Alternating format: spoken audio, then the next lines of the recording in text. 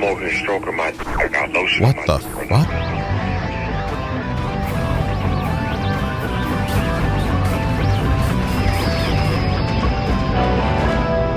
Metroid Prime 4 Beyond will no doubt be remembered as one of the most cursed and peculiar releases in recent history for Nintendo. From its premature unveiling in 2017 to the news that development was starting over in 2019 so that it could be handed off to Retro Studios, making many at the time question why the project simply wasn't given to them in the first place, to the loudly negative online response to previews of the game only a couple of weeks before it was set to launch, it just always felt like the cards were stacked against Prime 4 at every turn. And when it finally dropped in December of last year as a dual release for the Switch and Switch 2, opinions were mixed, to put it lightly. Critics generally thought that Beyond was a pretty good time, albeit slightly rough in some places, while reactions from fans ranged from "this game is amazing and Metroid Prime is back" to "Metroid Prime 4 took my dog out back and shot it in the face." I picked the game up on launch day, and to say that I was excited would be the understatement of the decade. At the same time, everything that I just talked about had also prepared me to go in with reasonable expectations. I did not think that Metroid Prime 4 was going to be a masterpiece when I booted it up. Considering that it was announced when I was still in high school, and that I've finished college and moved out of my home state and have started a career in the span of time since that announcement, it would have been a miracle if Prime 4 had turned out as good as, say, Metroid Dread, which in itself still feels like a miracle, to be fair. To this day, I still maintain that Metroid is my favorite series in all of gaming, and as long as this newest entry was at least on a similar level of quality as Corruption, which, if you recall from the last time I talked about the Prime games, was my least favorite of the original trilogy, I would have been content. Hey, watch it! Please stop! I honestly, genuinely don't think that I was setting myself up for disappointment here. I knew heading in that I probably wasn't going to love Prime 4, and I had made peace with that. Yet the more I played, the more that cautious optimism began to wane, because it was looking more and more like my impression of the game was going to be a tad more extreme than me simply not loving it. That fear, unfortunately, was never quelled, and as I watched the credits that closed out my first playthrough, I felt indifferent at best, and at worst, baffled by what I had just played. Before going any further, I want to clarify that I don't think Metroid Prime 4 is a bad game outright, and it's certainly not on the same level as something like Other M or Prime Hunters, multiplayer of the latter aside, but it is a game that has a shocking amount of bad stuff in it. Some of it I've sort of come to excuse or at least empathize with, especially after all of the interviews that came out that shed a light on the hellish development, explaining why certain decisions were made and ultimately kept. But some other aspects about this game are just,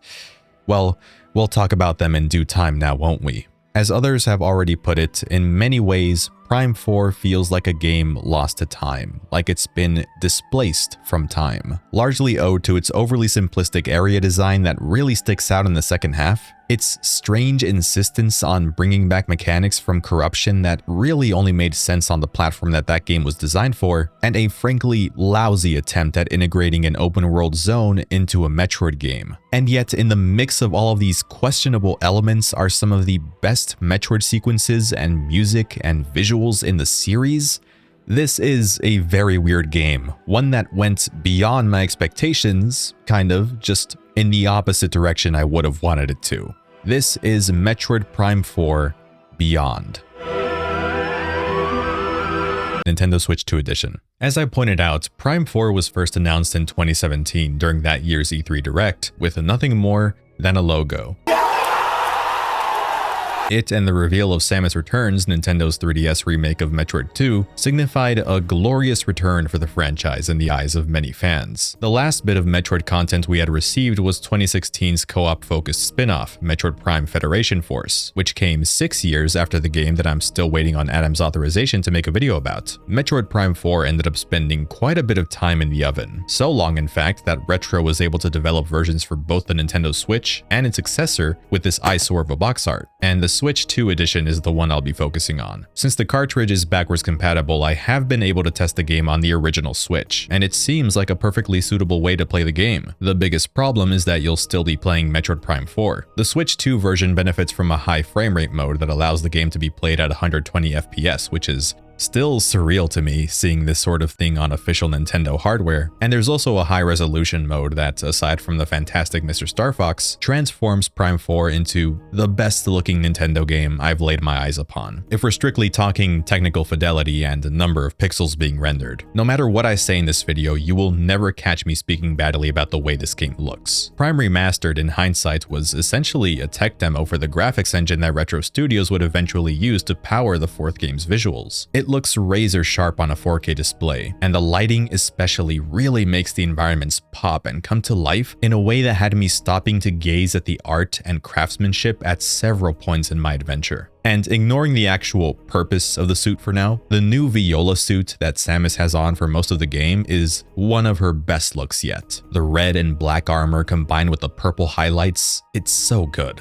Kind of a shame the game is as beautiful as it is, considering I'll likely never play it again after today, but I'm getting ahead of myself. The impressiveness of the graphics tech is all thanks to, again, the fact that the game took so long to get made that preparing a port for the next, much more powerful system was justified and pretty much expected after a certain point. So the way the story goes is that Metroid Prime 4 originally was placed in the care of Bandai Namco, under the supervision of Prime series veteran and Paper Mario series boogeyman Kensuke Tanabe. Retro Studios was unavailable in 2017 as their hands were tied with another project that I wish I could tell you more about, but all we know about it is that it existed, and that's about it. 2 years passed with no news being shared until February 2019, when Nintendo's own Shinya Takahashi, in a video uploaded to their official YouTube channel, announced that work on Prime 4 was being reset. The reason? The current version sucked shit, so Bandai Namco was out and Retro Studios was in. In all seriousness, in Takahashi's words, development progress wasn't reaching the standards Nintendo was looking for in a Metroid Prime sequel, and they saw no other option besides essentially starting from square one with another team. This was an incredibly tough pill to swallow as a fan, but a part of me respected the transparency too. And hey, if this meant that the masterminds behind the original trilogy were now at the helm of the new game, maybe waiting a little longer would end up being a blessing in disguise. Like the Rapture.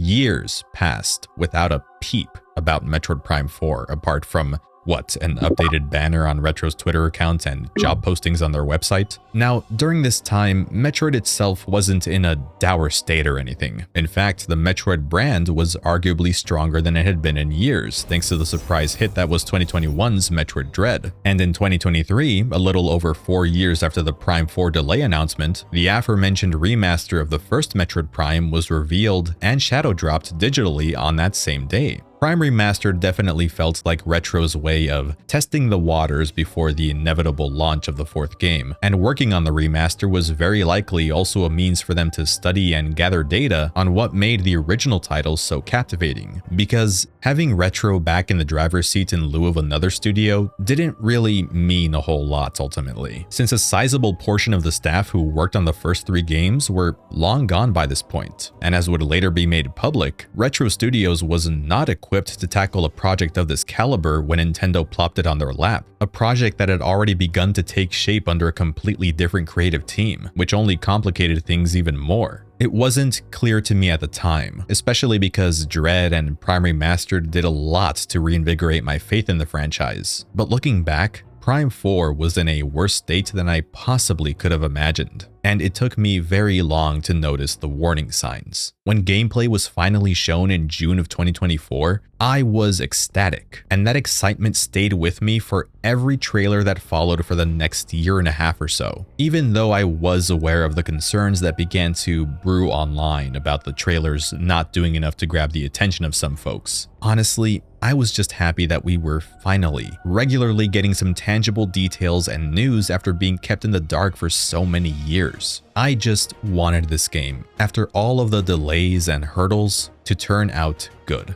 Nothing groundbreaking, just good.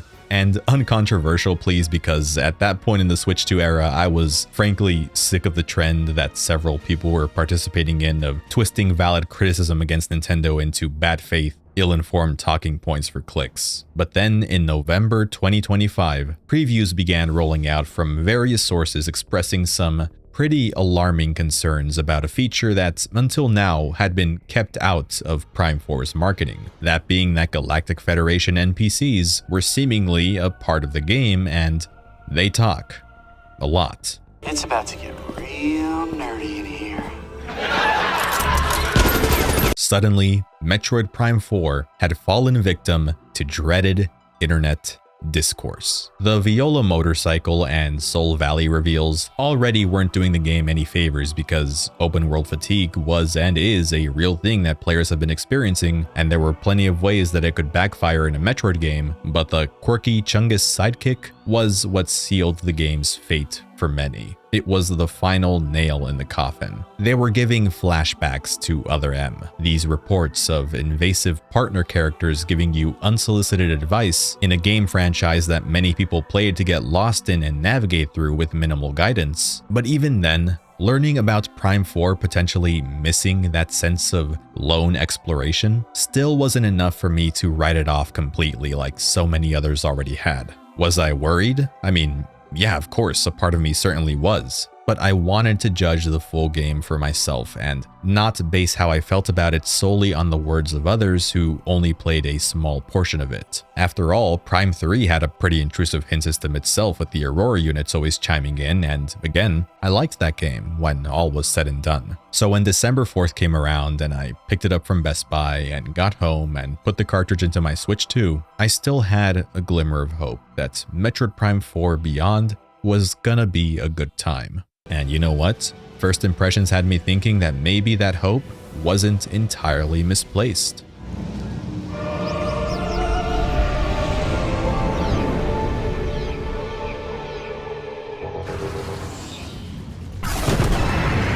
Almost like this is a Metroid game or something. After a brief bit of exposition, the game begins with Samus responding to a Galactic Federation distress signal, leading her to the planet Tanamar, where the Federation is being attacked by space pirates who are after a mysterious artifact being held in the UTO Research Center. You are immediately thrown into the explosive conflict. It's very similar to Prime 3's opening act in that way, but even that game forced you to walk around the GFS Olympus before the action began. It's a short but sweet, in-your-face set piece that immediately gets the ball rolling, and I quite enjoy it. I particularly liked this moment where you're in the morph ball and you see the space pirates planting a bomb on a door, and when you transition to that room that they're trying to get into, you see the bomb detonate and the pirates rush in shortly after. Very cool. And it bears repeating, I was floored by the visuals in this opening mission. I really don't want to harp on them too much anymore, but I can't deny that every now and then, good graphics can be a big contributing factor in my enjoyment of certain games, especially in a very flashy, action-packed segment. Just like in Prime 3, your run through the Federation base is capped off with a boss battle against a giant enemy with glowing weak points that require the use of the Wiimote's free aim. Oh wait, sorry, I mean the Switch controller's gyroscope. So this pops up surprisingly frequently throughout this game. These remnants of Prime 3's motion and pointer controls that definitely lend credence to the sentiment that Beyond feels like this long-lost sequel to Corruption that began its life on the Wii. And it isn't just because of the motion controls, though they do play a big part. Prime 4 just inherently feels like an old Wii game at its core, but not really in a refreshing sort of way, like how, to give a recent example, people were saying that Pragmata reminded them of games from the Xbox 360 era. In Prime 4's case, the oldness of the game doesn't feel very much like it was born out of intentionality and instead comes across as a byproduct of a lack of a vision and drive to push the Prime series forward. Like, Prime 3 was already pretty goddamn linear compared to the other two games, but that sort of became an accepted and expected side effect of games released on the Wii. Just look at Skyward Sword and Mario Galaxy. Prime 4, as we'll see later, doubles down on that linearity, but in a way that comes off as a tad uninspired and, as much as I try to avoid saying this, a little lazy. So it feels like it has the DNA of a Wii game. Fine, whatever. But it kind of sucks that these types of games still work best on, well, the Wii. It's the same issue I had with Skyward Sword HD, and the same issue I have with the Pikmin games and all these other less than ideal attempts at emulating Wii-style controls on the Switch. No matter what controller you use, a gyroscope simply can't compete with the Wiimote's IR sensor. The accuracy just isn't there and requires constant recalibration. I would have loved to play Prime 4 with the pointer fusion control scheme to replicate the way the games control on the Prime Trilogy collection, which, if you recall what I said in that video, is my preferred way to play the first 3 Prime games. But it doesn't work as well as it appears on paper because the reticle seldom cooperates. And it's a real shame because in those brief stints when it does work, this feels like the most natural way to experience the game to me, doubly so during boss battles. Using normal gyro in these sequences feels like I'm in a constant battle with the pointer. There's also the mouse controls, but this ain't it either. Mainly because I can't buy into the whole the Joy-Con is a mouse gimmick. Not with this unergonomic form factor where I'm still being forced to use the face buttons. I realized that I neglected to mention that you can still activate free aim with just the right stick, and the reason I didn't mention it is because it feels awful.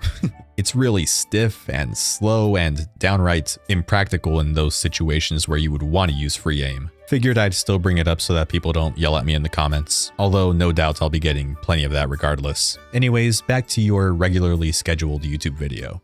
Man, I'm not even through the prologue and I'm already bitching. I swear I like this first mission, guys, which ends with Samus finally arriving where the artifact is being safeguarded just in time for Sylix to make his grand entrance. Debuting in Prime Hunters, his return was first teased all the way back in Prime 3's bonus ending. Looks like he's in command of the space pirates now and even some Metroids? If you scan the pirates actually, you'll learn that they're all under some type of mind spell from being fused with the Metroids. Call that a Metroid fusion. Oh, brother, this guy stinks! That's a pretty neat concept though. I can't wait for the story to eventually go into more detail about this interesting new bit of lore and the surely complex motivations explaining Sylix's beef with Samus. The artifact gets knocked over in the scuffle and opens a rift that swallows the entire base and everyone in it. This causes Samus to lose consciousness and she wakes up to find that she's on an entirely different planet, Planet Viros, in a place known as Chrono Tower, full of some interesting architectural flourishes. After getting transported to a spiritual plane where she's bestowed a psychic crystal by a bunch of dead aliens that refer to her as the Chosen One, she reaches the top of the tower where she finds a recording that was left behind by one of them. So this dude is a member of a species known as the Lemorn. Well, was maybe more accurate since he and the rest of his brethren are all dead. It was prophesied that a Chosen One, believed to be Samus, would one day arrive on planet Viros to save the Lemorn's legacy after their extinction. Samus learns that she must gather the 5 Master Teleporter keys to activate the Master Teleporter and escape the planet to accomplish this mission. The Master Teleporter is also the only way she can get off this rock, so might as well go along with it. The Lemorn are essentially this game's version of the Chozo, or the Luminoth, a super intelligent race of aliens who evidently weren't smart enough to save their species without the help of a bounty hunter. Their plight is the closest that Prime 4 gets to having a plot that I actually give a crap about, but even saying that is being pretty generous. They're nowhere near as interesting as either of the 2 previously mentioned alien races in the Prime series, largely because, well, 1, not much time is spent in this game to make them feel all that unique if you ask me, and 2, the Lemorn are a bunch of fucking idiots. As I went through the game and unraveled the events that led to their downfall, I came away from it thinking, damn, these guys f***ed themselves over bad. They expended their natural resources during the machine era, forcing them to turn to an alternative source of energy called green energy. Jesus Christ, the names of some of the key items and locations in this game absolutely sends me. Then it turned out that that very same green energy caused the Lemorn that had psychic crystals implanted in their foreheads to mutate into ravenous beasts that also killed most of the remaining Lemorn. Yeah, that deserves a... I can't say I didn't feel any sympathy for them in spite of how amusingly shitty and unlucky I found the circumstances that led to their extinction to be. Icebelt is one of my favorite levels in Prime 4, in large part because of the scan logs you can find there containing records of the Lemorn's attempts at undoing their catastrophic oopsie by basically using themselves as test subjects in their experiments to reverse the mutation. The recording you get to watch of one of these experiments gone awry is quite unsettling and does a lot to sell the weight of this great tragedy that befell their race. But another problem I ended up having with the Lemorn story was the triteness of it all. Not only because of the similarities between them and other races we've already been exposed to in this series, but also because of how redundant it begins to feel even when looked at as its own self-contained story. The lore entries just get to be quite repetitive, after a while revealing very little in the way of new information, instead just repeating the same beats over and over. I don't usually put too much stock into the narratives of these games. They can be a great bonus, but those who have been following me all this time would know that I primarily play Metroid for its gameplay and the exploration and all that. But when even those qualities that I normally count on for a good time leave me dissatisfied, that's when I unconsciously shift my attention to other parts of the package to try to find something or other to latch onto. The story involving the Lemorne, like so many other aspects about this game, doesn't do it for me, becoming just another one of the many mediocre elements of Prime 4 that left me unfulfilled and frustrated by the end. This game has a tendency of introducing somewhat intriguing concepts that never quite reach their full potential. A perfect example of this unrealized ambition comes from the main levels you explore, starting as early as the very first biome you're taken to after Chrono Tower, Fury Green. First impressions of this area? Wow. A lush, serene jungle environment backed by a beautiful choral synth music piece, stumbling upon Lemorne statues and structures and lore tablets taken over by nature as you explore, giving the area this otherworldly, spiritual vibe. Fury Green just screams Metroid Prime. There's a reason it was used to close out the first gameplay trailer we got for Prime 4. It's a level carried by nostalgia, intended to elicit the emotions we felt landing in Talon Overworld and stepping inside of the Chozo Ruins for the first time. Like, the parallels, especially with Chozo Ruins, can be found all over the place here. The massive sacred tree even reminds me of the big tree in the middle of the Arboretum room in Prime 1. You know, the one you have to climb to reach the Sun Chamber where Flagra is. And speaking of Flagra, the boss at the end of Fury Green, Carvix, is essentially the Flagra fight again, right down to its tentacles being counted as a separate enemy log. It can come off as a little shameless when you notice how familiar it all feels, but I give it a pass since it's the first region in the game and because of the time gap between this and Prime 3. One thing Fury Green and Chozo Ruins don't have in common, however, is the complexity and scale of their layouts. When I made it through the whole area and defeated the boss, it dawned on me that all of my exploration up to that point had just been me guiding Samus in a straight line with little to no deviation from the main path. And there were hardly even any chances to stray from that path if I wanted to. If you look at these two maps side by side, it's night and day, but I didn't even need to do that to know that Fury Green felt downright rudimentary compared to the opening levels of the previous titles. And to my shock, as I made it further into the game and revisited Fury Green with more upgrades and such, I realized that I'd pretty much seen all there was to see in that initial run. The level didn't expand after I returned with more items. This was it. This was the entire level, a linear corridor with a little loop.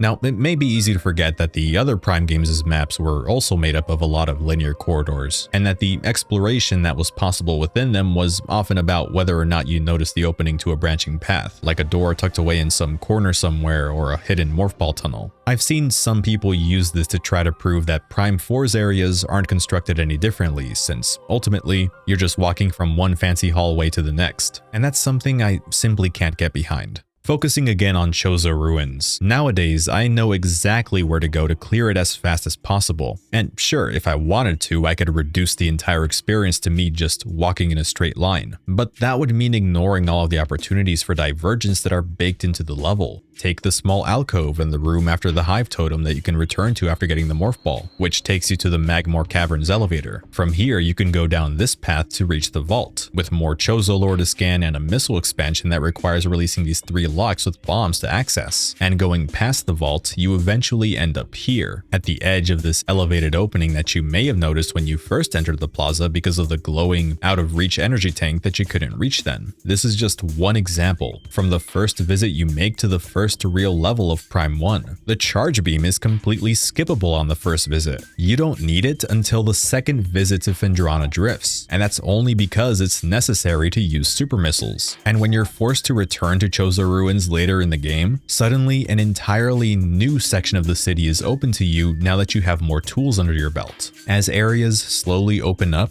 you instinctively begin piecing together how the new rooms connect with the old ones you've already been in, and it makes the illusion of these enormous spaces feel all the more real. Prime 4 is by and large devoid of this crucial interconnectivity and sense of progression. And I know I said I was mostly using Prime 3 as a point of reference on my first playthrough, and I just spent the last paragraph glazing an area from Prime 1, but I think that even Prime 3's levels had more interesting detours built into their layouts than any level in Prime 4 does. If this issue was confined to Fury Green, I'd let it slide, but the entire game is plagued by this permeating restrictiveness. I've been a pretty staunch defender of linear games in the past, and while Prime 4 can and does leverage its linearity to offer some creative puzzles and awesome combat encounters here and there, it doesn't play to the strengths of its linear formats nearly as much as it should. On the bright side, the area that follows Fury Green is Vault Forge, and it's one of the highlights of the campaign. The biggest issue I have with it is how you go about solving the 3 towers. You enter a room, maybe fight some enemies, or activate a contraption to make it to the next elevator, ride the elevator down, rinse and repeat. Same deal on the way back up too. I definitely wasn't thrilled by the almost laughably straightforward level design here.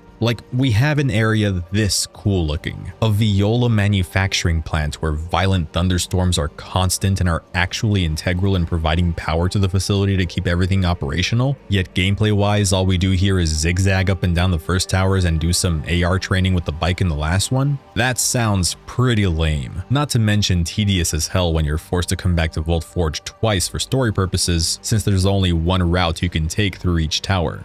But I can't help but kinda love it in spite of all of that. During that first visit where you need to bring each tower back online, seeing all of the machinery and technology come to life and how that actually had an effect on how I needed to climb back up each tower was legitimately fun. And there are some pretty clever gameplay moments during all of this, like when you need to go into morph ball mode to fool the assembly line into thinking that Samus is a tire. So even though you're treading old ground, you're at least doing something slightly different. The second tower isn't as good as it mostly consists of a myriad of combat rooms with these irritatingly durable security robots, but this is also where you fight Sylix for the first time. And this, along with your second encounter with him later, are the best fights in the game, bar none. He's aggressive and it's satisfying reacting to his attacks using Samus's improved strafing mobility. The second encounter has a the floor is lava curveball that forces you to swing across grapple points to stay off the ground. Never a dull moment in these fights, and Sylix's theme is the icing on the cake. Oh yeah, and the music in Vault Forge itself fucking slaps too. You don't get to hear the full song until you've cleared Tower 1 and obtained the Viola suit, which allows Samus to operate the motorcycle. And as you rev it up to drive to the next tower, the main music track decides to kick in. And listening to it for the first time as I rode along the bridge and the bright lightning strikes lit up the dark clouds was a jaw-dropping spectacle.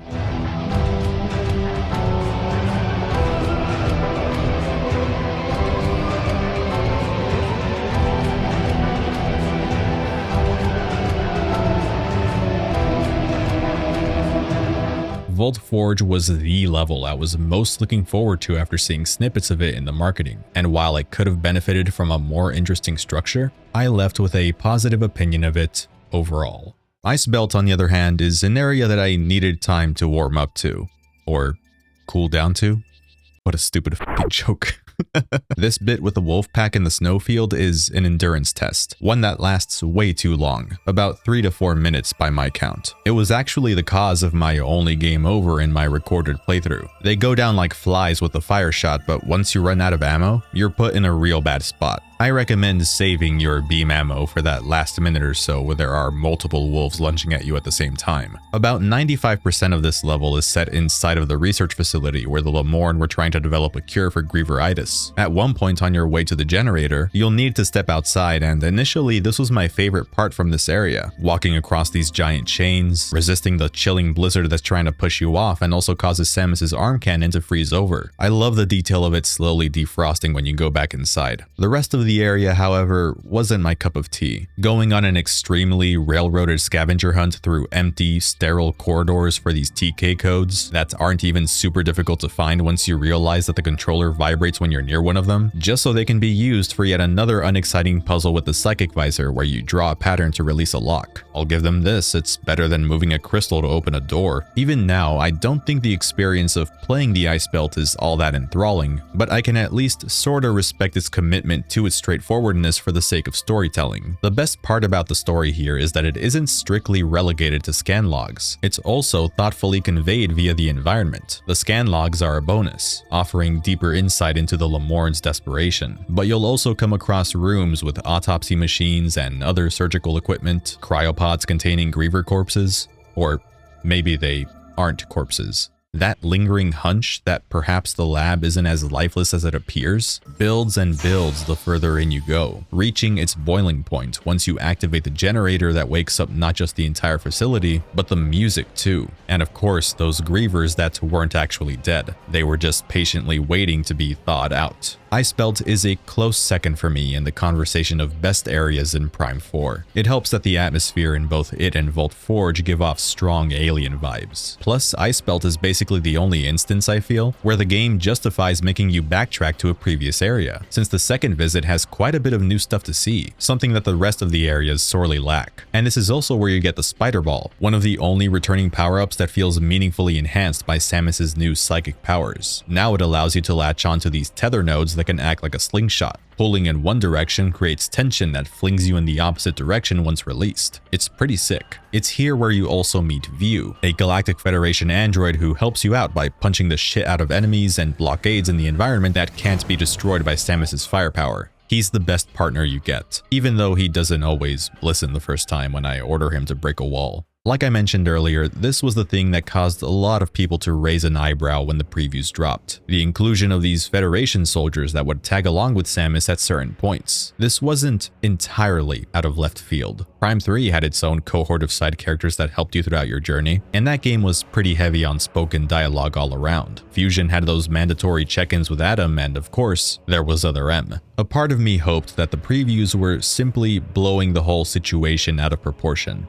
but well, they kinda were. As individuals, I wouldn't go as far as saying that I dislike these guys. Again, View is probably the best of the bunch. His monotone voice has a lot to do with that, I think. Rieger Takabe, who you meet in Ice Belt, is pretty okay too. He's the lone wolf of the group and undoubtedly gets the biggest spotlight if you seek him out in the desert during the endgame, where he takes these moments sitting by a campfire to reflect on his past. You learn about his spirituality and how he honed his survival instincts and rifle skills out of necessity from growing up on a planet with scarce resources. His conversations with Samus, if you can even call them conversations since Samus herself doesn't talk, aren't super deep or anything, and I get that he's rather generic, but he held my attention. But then when you get to Flarepool, you're introduced to Ezra Duke and Nora Armstrong. Duke is your stereotypical gruff, stoic, tough army vet who's not as mean as he seems on the outside. I really didn't care for him or how long he would take to catch up to help me open these two-person operated doors. He's just sorta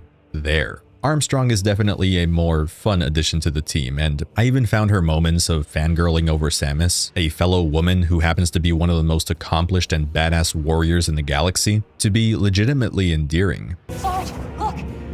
She's doing Morphball. Yes. But she exhibits the exact same problem that her fellow Marines do. Their incessant need to comment on every little thing you do, every object of interest you come across, and every objective. You are not allowed to simply absorb your surroundings and figure out the way forward on your own without their gratuitous hints. I feel like I have a higher than average tolerance for this sort of thing, but even I thought that it was too much. I can't believe I'm about to say this, but even Adam in Other M wasn't like constantly talking your ear off during normal gameplay. Flarepool is where it gets really egregious, since you have two of these blabbering doofuses physically with you for a decent chunk of the level. A level which, by the way, can feel even more railroaded than Ice Belt, Vault Forge, and Fury Green, probably to accommodate Duke and Armstrong's presence, honestly. The music also isn't anything to write home about. The first real snoozer of the game's soundtrack, if you ask me, besides what you hear in the wasteland of nothingness between each major area.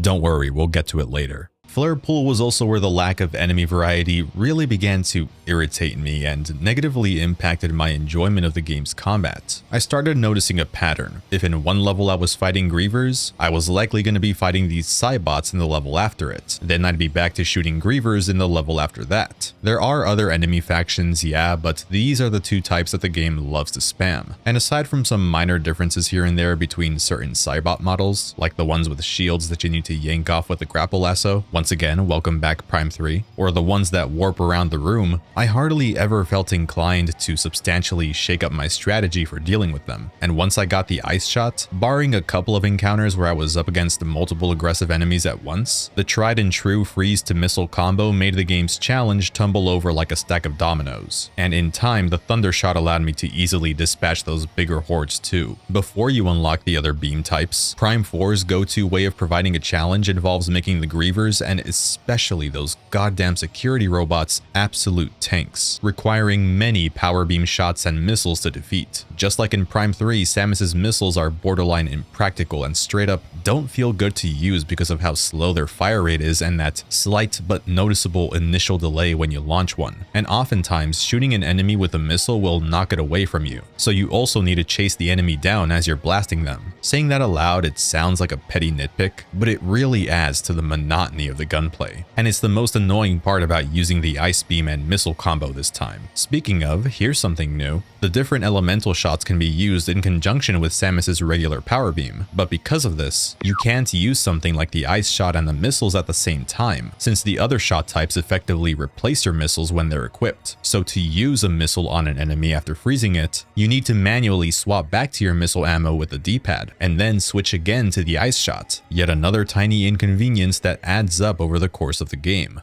I briefly mentioned this earlier, but yes, Samus's elemental beams have limited ammo, though it's nowhere near as much of an active mechanic as it was in Prime 2. You'll find plenty of shot expansions, and it doesn't matter if you're using the fire shot or the thunder shot, since they all share the same universal ammo type. Besides the Ice Belt Wolf battle, I never ran out of ammo in either one of my playthroughs. And before anyone tells me to play hard mode if I think the new beams make the combat too much of a cakewalk, I've tried it, and respectfully, no f***ing thanks. A version of the game that makes the Cybots even spongier?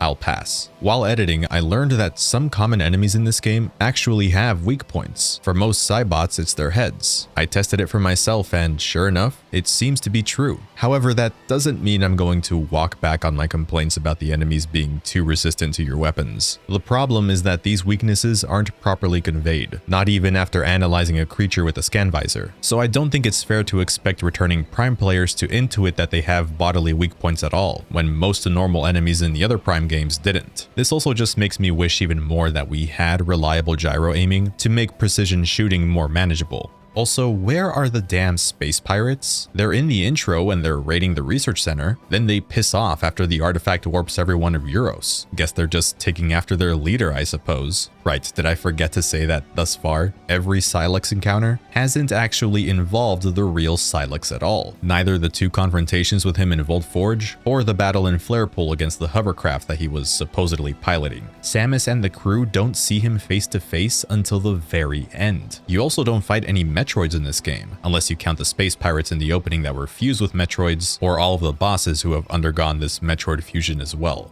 How did Silex manage to gain control over the most dangerous predators in the galaxy? You know, the species that the Federation ordered the genocide of because of how much of a threat they posed? I asked myself this question as I was playing and didn't get my answer until I did my own research, where I found out that the explanation is in Federation Force's secret ending, which I never saw because there's no way in hell I'm playing that entire game by myself, and was expanded upon in the Metroid Prime 4 World Databook. Now I know that Silex apparently kidnapped some Metroid hatchlings from a GF research station before the events of Prime 4. That certainly would have been a neat detail to throw into this narrative for people like me who were a little confused without it. Any additional details pertaining to this edgelord's backstory would have been welcome, frankly. But nope. All we get are some brief flashback snippets peppered throughout the game that culminate in the reveal that Silex really is nothing more than a petty little who missed his shot at glory one time and has had a grudge against Samus ever since. I don't even really disapprove of this being his prime motivation, but why did it have to be so secretive? It isn't any more complex than what we were able to gather from his appearance in Hunters. Ever since Prime 3's post-credits scene, it felt as if they were building towards a more fleshed out role for Sylix. And to see that still nothing has really come out of that is pretty underwhelming.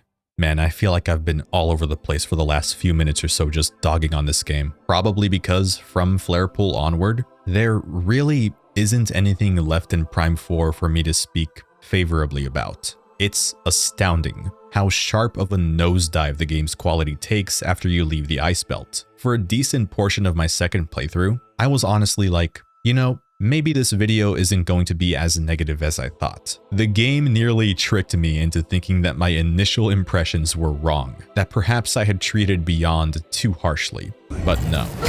Turns out I was pretty spot on with my first assessment, except now I can more confidently state that the good parts of Prime 4 are super front-loaded, and it all gets crushed by the overpowering mediocrity and straight-up dog shit that is the game's second half. It's here where the game's uncomplicated pathfinding, bare-bones story, and monotonous combat become impossible to ignore for me. It also happens to be where the remaining GF trooper I have yet to go over, Miles McKenzie, is at his worst. This character was the signature culprit behind the internet's collective disdain over the mere idea of NPC companions being in Prime 4 due to his reported MCU-esque dialogue. It doesn't help that McKenzie is the first companion that the game pairs you with, being the cliche nerdy mechanic that doesn't have much in the way of experience on the battlefield or in knowing when to shut the hell up. He suggests that you rest at the save station, gives hints on what to do, but, you know, they all do this. All of your other Federation partners, I mean. This isn't a problem exclusive to Mackenzie. His personality is more eccentric than we're typically used to in Metroid, maybe, but not to an unbearable extent, I'd say. At times, I was actually more peeved by the way Samus responded to him, or rather her insistence on not responding to Mackenzie like a normal freaking human would,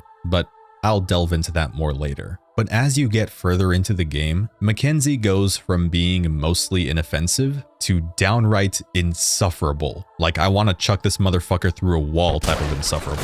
For starters, when you enter the desert with the Viola for the first time, he strongly implies that you can collect the remaining teleporter keys in any order you want. If you do what I and many others I imagine did, and believe Mackenzie's advice and try to go somewhere you're not supposed to be yet, he will eventually call you again to say, hey dipshit, actually you should probably check out Flarepool first. Whatever gave you the idea that you could go wherever you want. And what's funny is that the place I hit a dead end at, Icebelt, was actually the next major area. I was just missing a mandatory upgrade, the fire chip. But taking that detour to Flarepool for the fire chip still isn't enough, because then you need to take it back to Fury Green, where Samus and Mackenzie had established a base camp earlier, so that he can program it into Samus's arm cannon, granting her the fire shot. You need to do this every time you acquire a new elemental chip. This was never a requirement in any of the previous games when unlocking a new beam type. It's an unnecessary added step for the sake of padding the runtime and giving Mackenzie more to do, I suppose. So you're going to be revisiting Fury Green a lot, which means you'll be driving through the desert a lot to get there, which means you'll be forced to listen to Mackenzie's overbearing chatter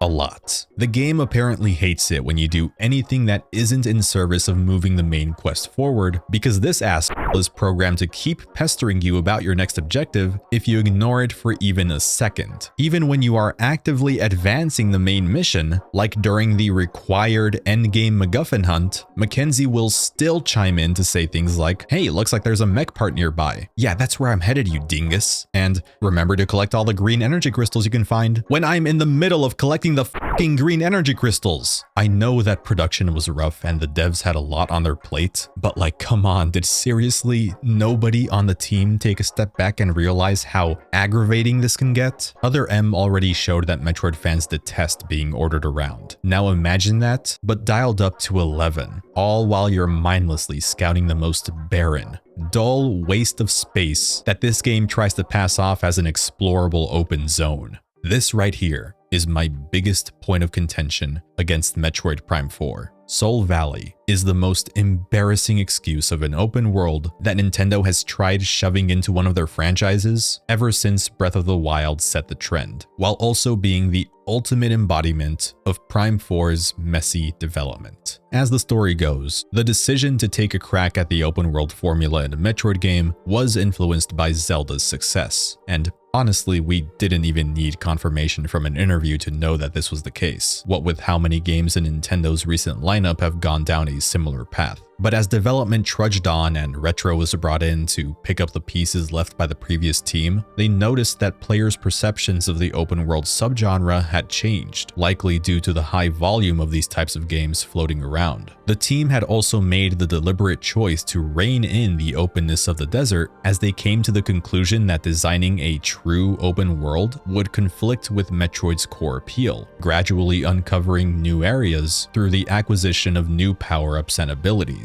It was too late to turn back when these realizations were made, and the end result is the empty valley we're now stuck with. A desert where there's next to nothing to do and essentially just functions as Prime 4's temple grounds to compare it to something, only with none of the sauce. Temple grounds was at least, you know, an actual curated level with stuff to engage with that made it feel like more than a basic hub. Prime 2 also had the advantage of its regions still being interconnected, with the way that Planet Aether was designed like a ring, the temple grounds being smack dab in the middle. In Prime 4, you have no choice but to cross the desert to get anywhere. Each area only has one entryway too, with the exception of Fury Green, although the transport pod is the only one of the two that's worth taking since it plops you just 3 rooms away from base camp. It's not like the game gives non-completionists any other reason to explore the rest of the region. I remember the first time I got to explore the world in full with the bike. One of the first things I found was a missile expansion that was only obtainable by boosting off of one of these ramps. I thought to myself, okay, if there are more expansions like this, then this might not be so bad.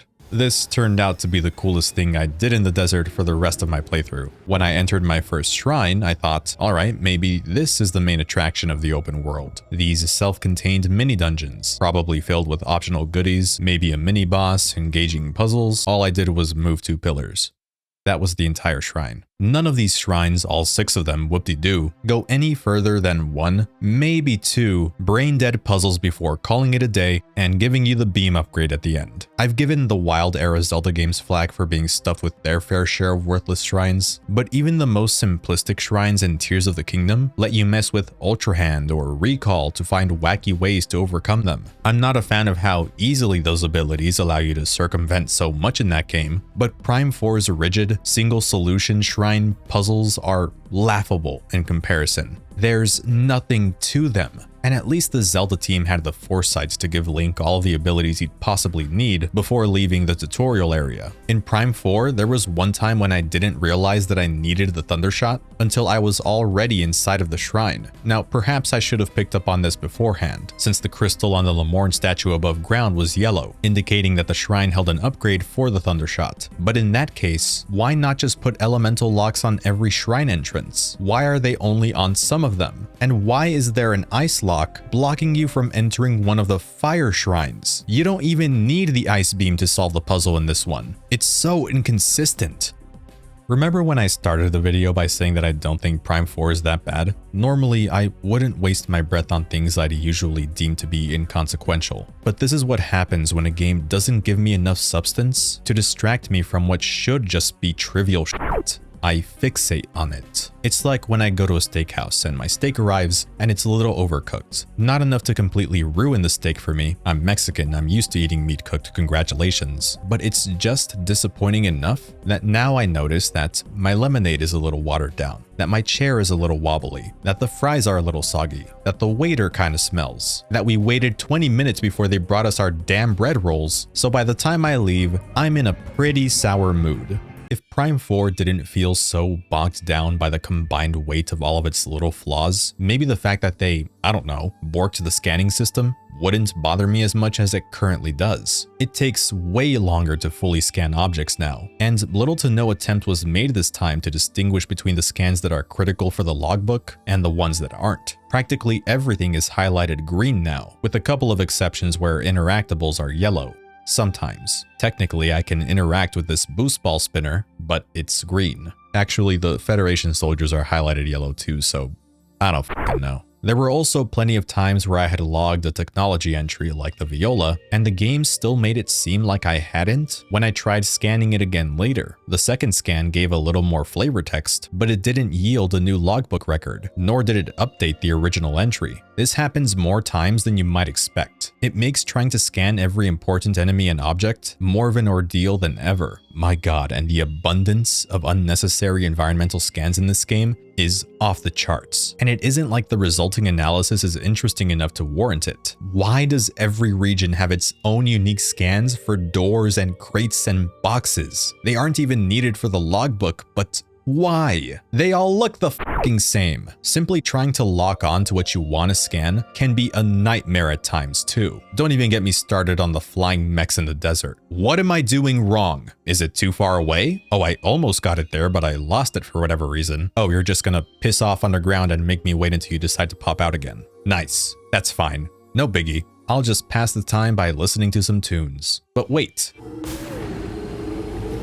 There are no fucking tunes in the desert. Not unless I buy the $40 amiibo that unlocks a radio for my motorcycle. It is a great looking amiibo, but seriously? I've actually put on the game's soundtrack using the Nintendo Music app while driving through Soul Valley to prevent my brain from shutting down from a lack of stimulation. And you know what? This is way better. Too bad that app is also paywalled and still doesn't have any of the Xenoblade soundtracks, Reggie. There are these Galactic Federation debris sites around the desert that were also warped to Viros by the artifact. Remember the artifact? The one that kickstarted the story?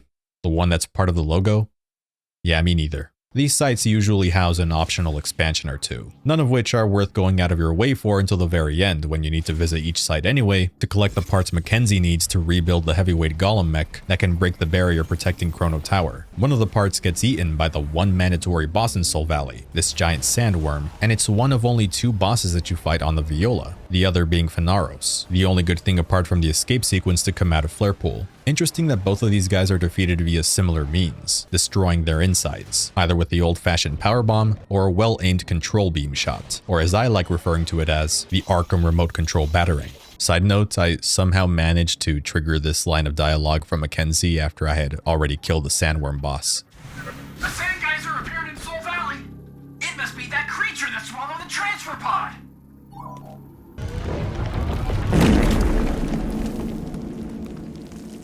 Combat on the motorcycle doesn't really evolve beyond holding the fire button and releasing it once you've locked onto all of your targets. Its frisbee-shaped energy shot is the best way to deal with grievers and the like in the open world. There really isn't a reason to fight on foot in the desert if you want to keep things moving. However, when going up against these marauders that remind me of the spinning skellies from Dark Souls, you'll be fighting the camera more than the enemies themselves. In general, controlling the Viola can feel oddly restrictive. You can't target enemies that are behind you, and part of the reason why the camera poses the biggest threat to you against mobile foes is because the default mapping for the fire button is set to A, meaning I need to pull out the claw grip on occasion to properly focus my shot. The only other games I do this with are Souls-likes. Wow, that's two references to Dark Souls back to back.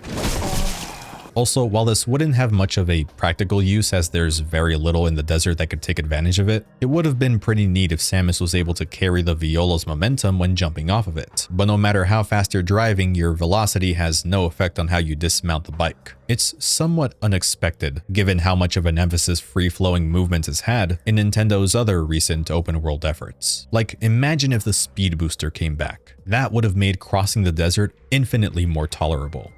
Wait, that actually sounds kind of awesome. Why isn't the speed booster in this game? All of that being said, Soul Valley's biggest sin, and Prime 4's biggest sin for that matter, is how it is blatantly designed to waste your time. I already mentioned how there's no point in scouting the wreckage sites until you're explicitly asked to look for the mech parts. What I didn't mention is that Takabi is the one who gives you the teleporter chip, which is used to transport the cargo back to base camp. After your initial meetup with him in the desert, Takabi can be found at 3 other spots on the map for a few optional heart-to-hearts and item expansions. The thing is that once you visited him at one location, he doesn't immediately relocate to the next one. No. You either have to save and reload your file, or enter another region and come back to give him a chance to spawn somewhere else. Now that's inconvenient enough, but it's even worse when you aren't aware of how this works. Like me, when I was cleaning up Soul Valley in my first playthrough, where I couldn't for the life of me figure out why I couldn't find certain items that the scout bot had marked on my map. I was still in the same play session where Takabi had given me the teleporter chip. So because I didn't know that he was the one who was supposed to hand me these items, and I hadn't closed the game or tried going to a different region, I thought that my game was bugged.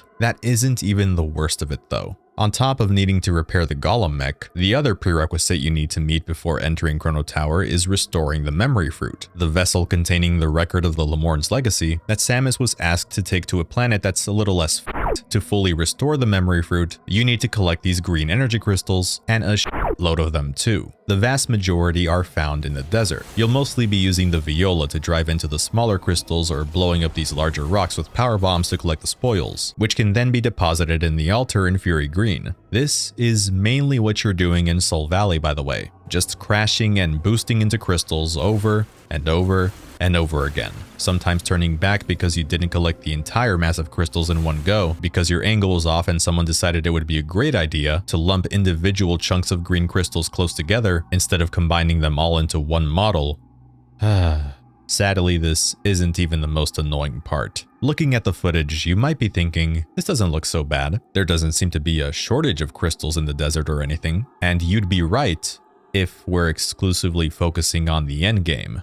This is what Soul Valley looks like after you've cleared Ice Belt, the third level in the game, mind you. Quite a bit more deprived of crystals than what we saw earlier, wouldn't you say? It turns out, and I was fucking livid when I first learned about this, that the game limits how many green energy crystals spawn in the desert depending on the amount of progress you've made in the story. In other words, there is virtually no reason to collect any crystals before nabbing the last teleporter key, since they don't even all appear in the world until then. You'll barely make a dent if you try collecting crystals along the way, because there are so few of them for you to even grab in the early hours of the campaign. I had a few friends playing this game around the same time as me, wondering why their green crystal meters barely went up after they felt like they had collected a bunch of crystals, and they were even more confused when it suddenly shot up after doing half as much farming in the endgame. Well, this is why. Also, keeping the radar from you until you've acquired 75% of the required amount of green energy crystals, something that is only realistically attainable at the end, where there are so many crystals in Soul Valley that you're practically tripping over them and the radar is basically useless, is downright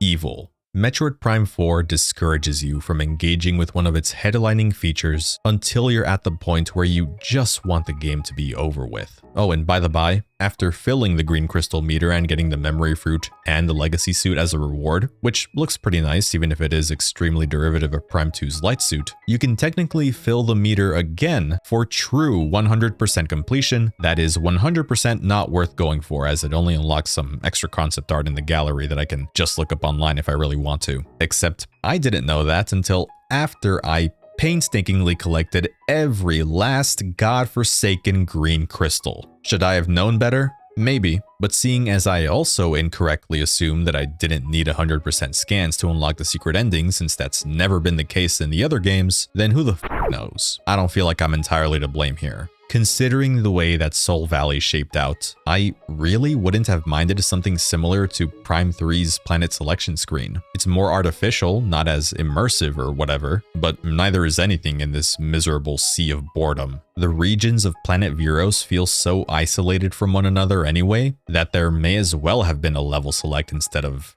this.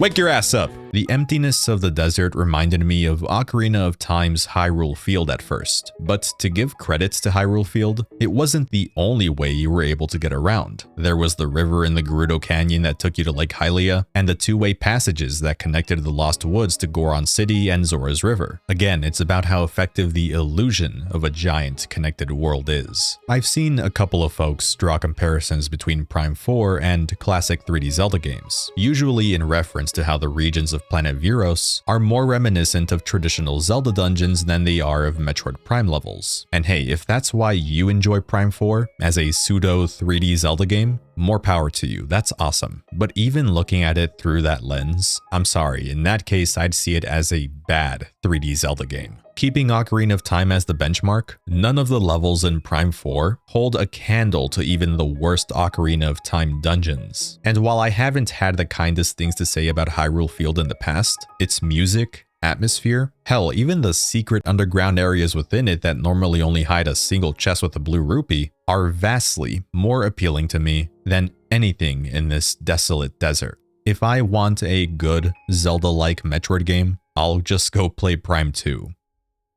Oh my god, I forgot to talk about the Great Mines. No, you can't! I won't do it! I won't do it! You can't make me! This area is absolute cheeks. The fake out deaths with the Federation troopers are such a desperate ploy to get even the teensiest ounce of an emotional response out of the player. I was more emotionally attached to freaking Gore from Prime 3 than any of these clowns. I even liked Anthony more. At least his death isn't undone a mere 20 minutes after it happens. This sucks. Playing through the level itself? Fucking atrocious. Nothing but a barrage of grievers and narrow corridors. I'd rather play through the Phazon Mines 10 times in a row than endure one mind-numbing run of the Great Mines. That is the area this place is emulating, right? Right down to the boss being an Omega variant of the level's signature enemy. And you defeat it in pretty much the same way you've defeated most of the other bosses, which means more free aim bullcrap. Also, you know which item you get halfway through this area?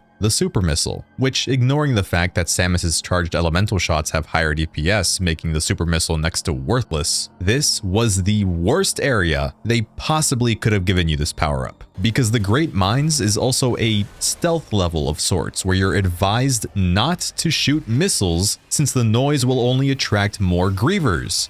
I just fucking what? They try to depict Samus as an actual character in this area by showing her visibly concerned about Armstrong and View deciding to stay behind to distract the grievers. But it's too little too late, because until this point, Samus has spent most of this story aura farming. And not in a good way like she did in Dread, where she didn't let her stoicism stop her from speaking to reassure Quiet Robe that she wasn't gonna let Ravenbeak inflict any more harm. Not to mention that we get to see how she reacts to things with her eyes in Dread in those moments where her visor is transparent. Meanwhile, in Prime 4, she purposefully ignores questions from her comrades that she has the answers to, and instead just lets them guess what's going on. At most, she'll show them what they want to know, but will never flat out tell them. She doesn't even have the courtesy of announcing herself when Duke, understandably, raises his gun at a shadowy figure that could be a threat. All of this chatting and Samus doesn't open her mouth once. And because of the way everyone else around her is written and directed, the decision to keep Samus silent makes her come across as a bit unlikable at points. I get that she tries to stay composed during missions, and considering that this supposedly takes place after Super Metroid and all of the other Prime games, obviously, one can theorize that Samus may simply be trying to avoid getting too attached to the Federation Marines in case things go south, afraid to re-experience the loss of people she cares about. Her body language in some cutscenes can be taken as evidence to support this interpretation. I would have greatly appreciated some more moments like these and, of course, some actual dialogue from Samus so that she doesn't seem so rude. As it stands, I think that they leaned a little too hard into making her appear detached, and it overshadows the few signs of empathy she does show. And if they had managed to strike a better balance for her characterization, the ending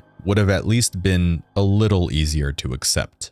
After you make it through the stupid-ass mines and retrieve the last teleporter key and restore the memory fruit and help repair the mech, the way to Chrono Tower finally opens up. Sylix re-enters the story proper after spending the last dozen hours healing in a pod. So now it's time for the final battle. The bit where you go through the wormhole is neat, and the last phase builds upon the already stellar fake Sylix encounters from earlier. Here he can even steal your energy tanks when in his lockjaw mode. But the first phase where he's in his force field and you're fighting alongside your allies, I'll admit it wasn't too bad on my most recent playthrough, but during my first ever attempt at this fight, it was awful. I hate that you can't target the nanomachine tubes when it feels like you should be able to with how erratic their movements are. And if you're unlucky, your companions will start getting knocked down left and right, forcing you to stop what you're doing to help them back up with the psychic visor? I don't know, boss, I'm tired. Anyway, Samus predictably puts Silex in his place and leaves him in the Phantom Zone. But because his hate boner is so massive, Silex is able to rip a hole through the fabric of time and space to get back to Chrono Tower and shoots the teleporter terminal, knocking Samus on the floor in the process. A struggle ensues as the Federation troops try to keep Silex at bay, while Mackenzie and Samus work to restart the teleporter. Mackenzie takes a bullet for Samus, and it becomes increasingly obvious that Silex is not going to let up. With the teleporter going haywire, Samus has to make a choice. Waste precious time helping the squad subdue Silex and risk leaving them all stranded on planet Vuros, or use the teleporter while she has the chance to save herself, guaranteeing that at least one of them returns home. I opted for option 2, believing that it would trigger a bad ending. To my utter shock, I learned that I had actually picked the only ending, one where Samus escapes on her own and is transported to another planet where she wastes no time in planting the memory fruit. It immediately sprouts into a small tree, and she hangs the Solon heirloom that Takabi had given her on one of its branches. Mission accomplished, but at what cost? Despite me not liking them a whole lot, seeing Samus leave her allies behind really rubbed me the wrong way. Why should preserving the history of these dead morons be more valuable than the lives of people who are still breathing? I couldn't fathom that this was how Metroid Prime 4 was deciding to conclude its narrative. The mere thought that a scenario in which Samus leaves others to die, no matter the reason or circumstances, was written at all, deeply upset me. I recognize that they were aiming for a bittersweet finale, but it's a finale that hinges on too many variables. Whether or not I ended up caring for the Federation soldiers, whether or not I ended up caring for the Lemorne, and whether or not I, at the very least, accept Samus's decision. I think you already know where I stand. Let's wrap this up.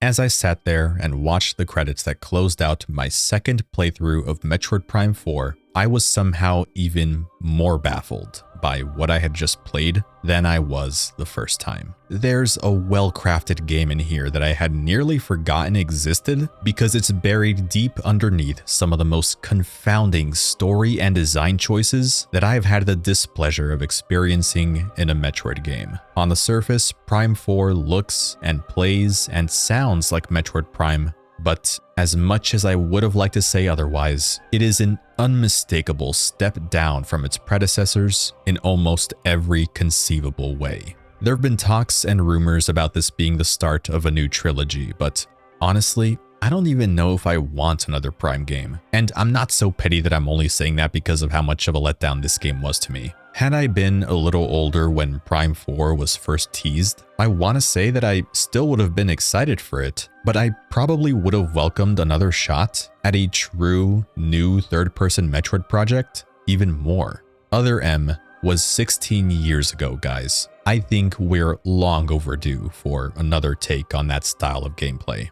In spite of how mean I was in this video, if Retro really is working on Metroid Prime 5, I wouldn't immediately dismiss it. I can't ignore that there was still quite a bit I liked about Prime 4 at the end of the day, and I suspect that having a less scattered and hectic production would automatically give the next game a leg up. But I think that, based on where I'm currently at, I'd vastly prefer an honest step forward for 3D Metroid. A true step beyond.